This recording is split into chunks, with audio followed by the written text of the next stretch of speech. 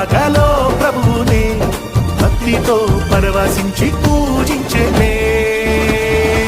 పరిశుద్ధుడు పుట్టాడని, పాపిని కరుణించాడని, ప్రభు యేసే రారాజని, పరమును విడి వచ్చాడని.